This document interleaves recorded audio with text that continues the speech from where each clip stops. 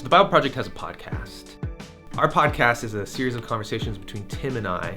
What we'll do is, before we start any new video project, we'll sit down and Tim will bring a bunch of notes from years of his study on the topic or on the book that we're going to go through. And we'll go through those notes and I'll get to ask any question that I want to ask until it all makes sense.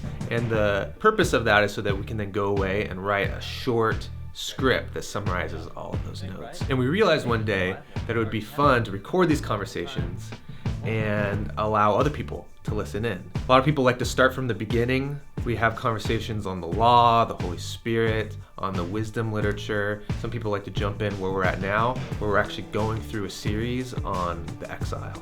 It's not a theme that many people even think of when they think of the Bible, but it's actually really important. The first pages of the Bible tell a story about humans being set up in this awesome piece of real estate. God gives them a command to protect them, and they violate the command, and they end up being exiled from that great setup. Basically, the rest of the storyline of the Bible is just a whole series of repetitions and developments of that exile motif. And to me, what was so interesting was the way Jesus and the apostles adopt the language and identity of exiles in the New Testament.